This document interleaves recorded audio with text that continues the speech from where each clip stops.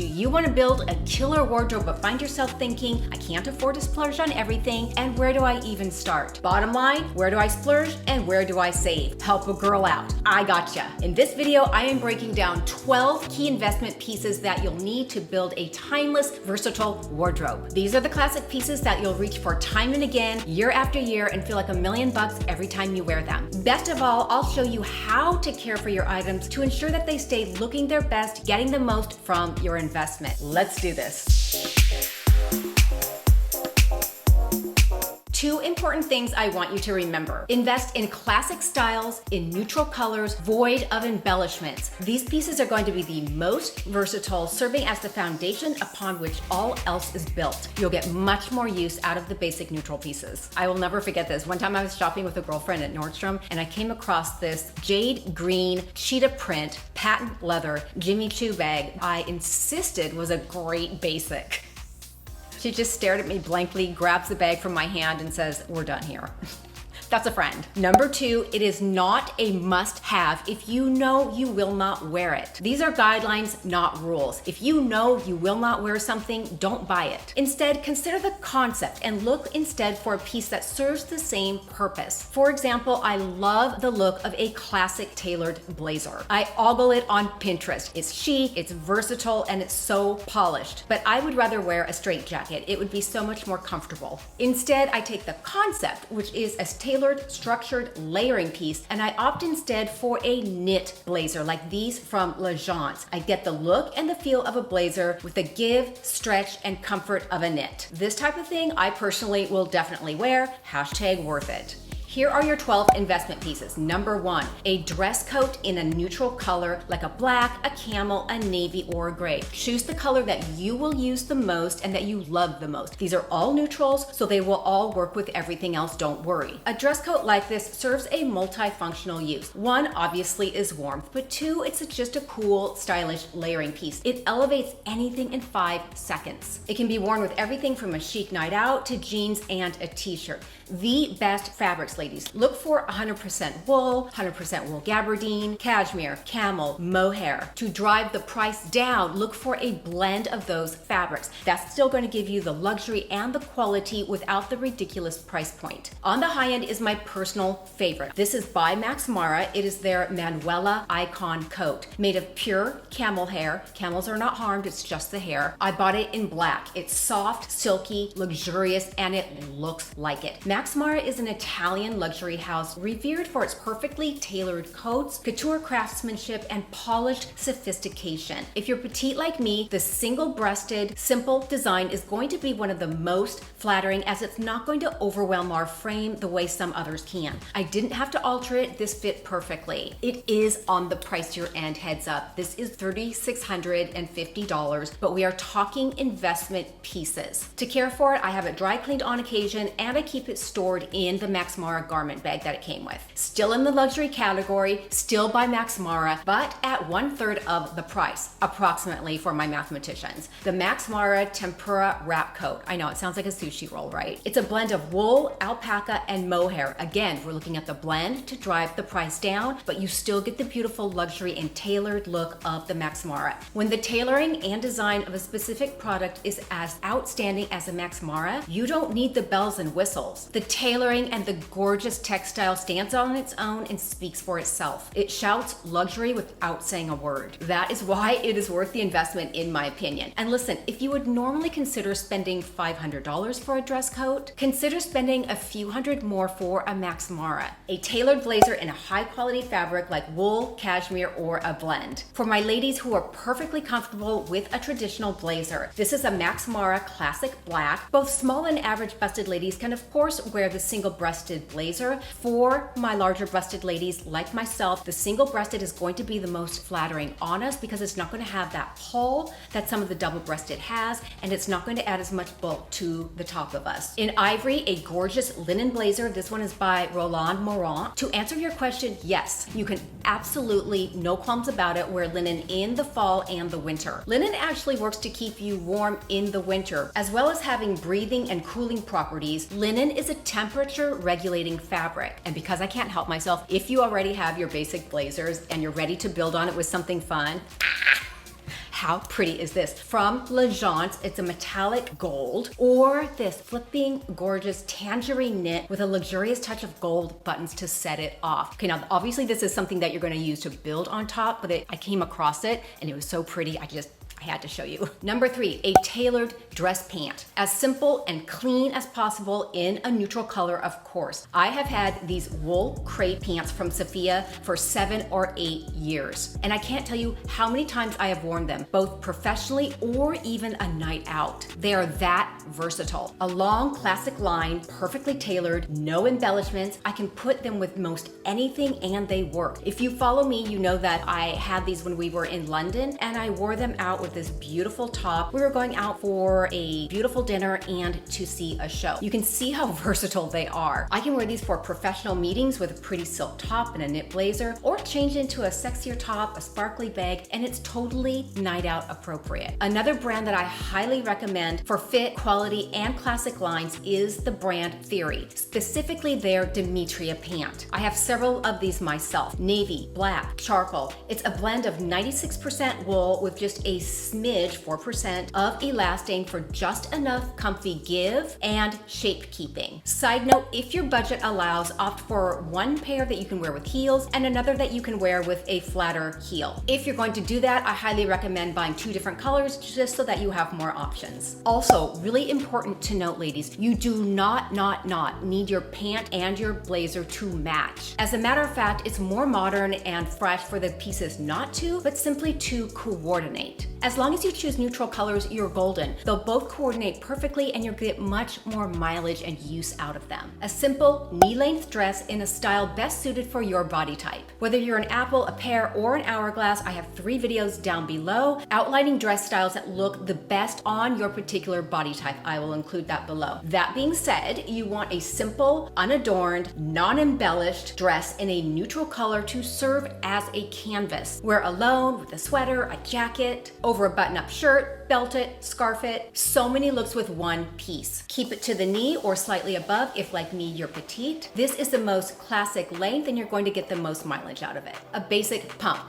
Okay, now you're going to always see most style experts recommending a basic black pump as your starting point. With respect, I disagree. I recommend getting a skin-toned nude shoe before investing in a good black one. This is why. The nude is going to be much more versatile because it essentially melts into your leg, making it look longer and slimmer. You'll also find that while a black pump can be somewhat jarring with a skirt or a dress, that's never ever the case with a nude shoe. Ergo, skin-toned before black. You'll also want to make sure to choose a reasonable heel height, one in which you personally can easily walk with confidence. It's your shoe, get what is most comfortable for you. This is a 3.5-inch classic pump from Inez, known for their proprietary plush insole with arch support. Translation, they look and feel good. Leather sole with a rubber no-slip insert. They came in standard, slim, and roomy, which I think means wide.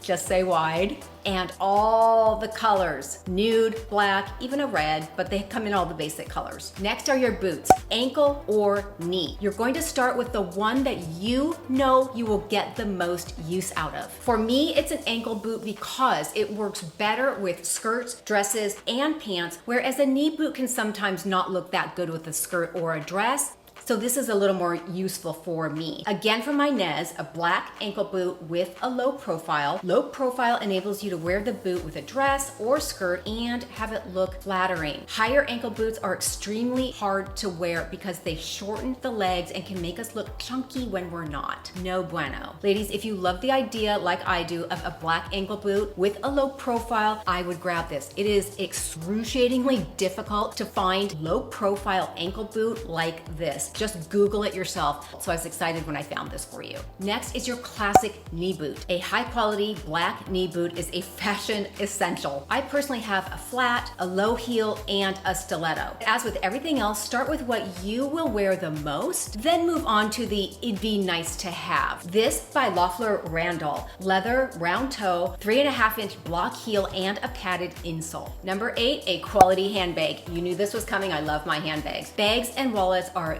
delicious.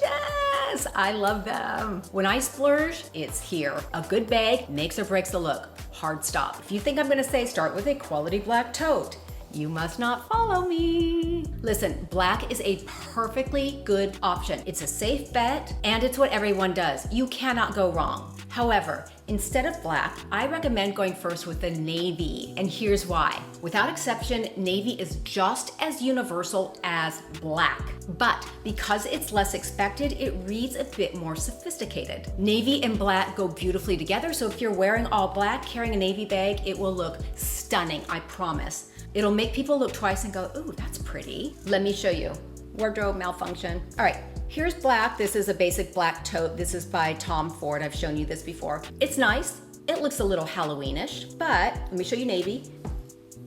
Now look at it with navy. Isn't that pretty? It's a bit more sophisticated, it's a bit more refined, and because navy isn't as harsh as black, I think it overall has a much nicer aesthetic to it. This is Ferragamo. I will put the link for it below, but I have some more options at a much better price point. From Demilier London, I am loving their Montreal bag. It's a medium-sized structured bag, top handle, optional shoulder or crossbody strap for a strikingly elegant take on the perfect work or play bag. Roomy enough for a 10.5-inch iPad. It also comes in black if you prefer, equally gorgeous. If you still prefer a classic black tote, again, you cannot go wrong with it. From Strathberry, leather shopper tote that perfectly straddles luxury with timeless elegance. This has a zip top closure, making it perfect for travel as well as every day. Exterior drawstring and hardware bar for a touch of design detail and elegance. Look how gorgeous this bag is, ladies. Soft, luxurious pleating, a touch of gleaming gold hardware, and just enough elegance without running the risk of becoming dated. Comes in all the neutral colors. You cannot go wrong with this one. Style tip, ladies, with a bag, wallet, and shoes, there is no need to match. Since we're choosing only neutral colors, not only will everything go seamlessly with everything else, it's going to read more modern, fresh, and sophisticated. Which brings us to number 9, coordinating, not matching,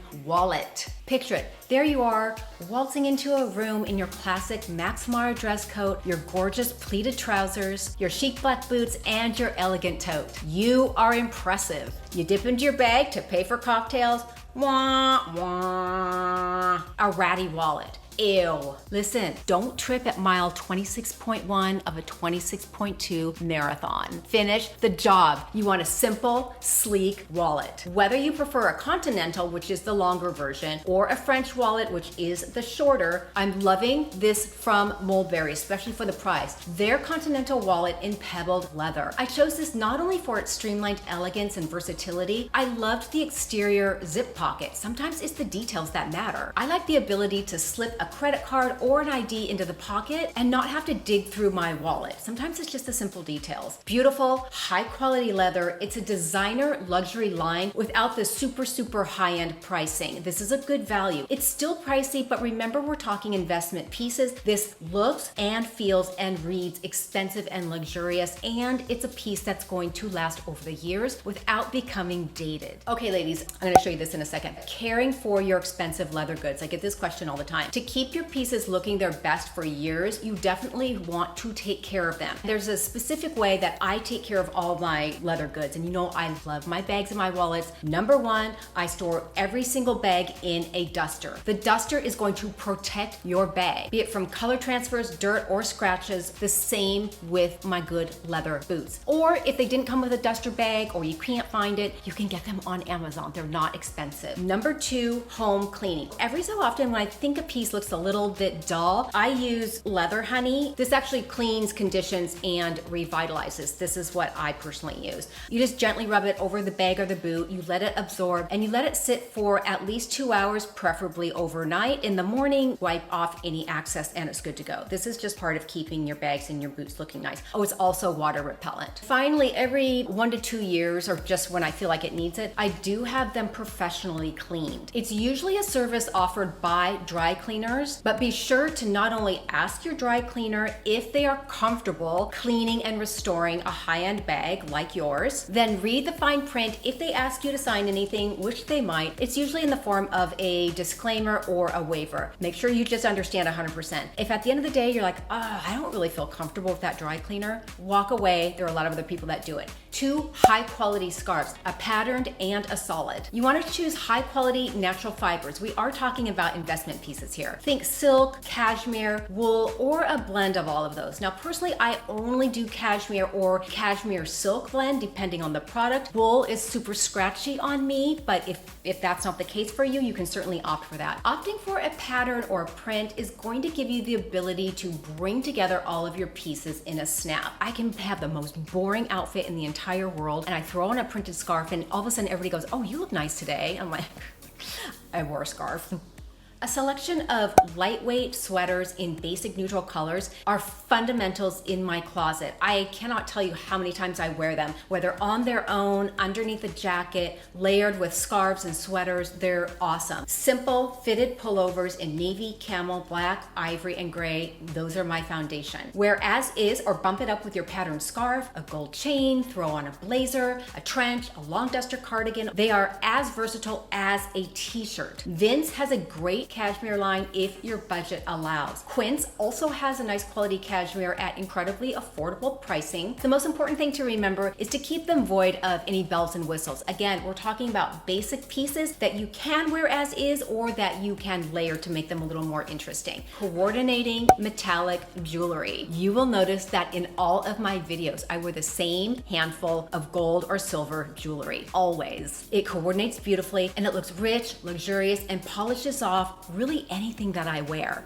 These are my investment gold hoops. This is my investment gold layered necklace from Lana. Here's what to do. First, identify the pieces that you naturally always reach for. I always reach for a necklace and earrings. Rarely, if ever, a bracelet or another ring, unless it's this one. So I leave the pieces that I never wear out of the equation because I know I won't wear them. Next, identify the metal you wear the most. Yellow gold, white gold, or rose gold. I mainly wear gold, so that's my first investment. I choose 14 karat solid gold, not plated. That's a big difference, ladies. Plated is sort of like frosting on the cake. It's layered over a less expensive material and then doesn't wear as well. We're talking investment pieces that stand the test of time over years, and so that's why I'm talking about solid. You also may be thinking, but isn't 24 karat gold the best? Yes, technically it is. 24 karat gold is the purest form of gold, but it's not necessarily better for jewelry for a few reasons. Number one, 24 karat gold is soft, malleable, and scratchable, which is why it is never used in jewelry. Pure gold also has that heavy, orangey, really intense color, which isn't as popular. So, it doesn't really matter that they're not making jewelry out of it. Nobody likes it anyway.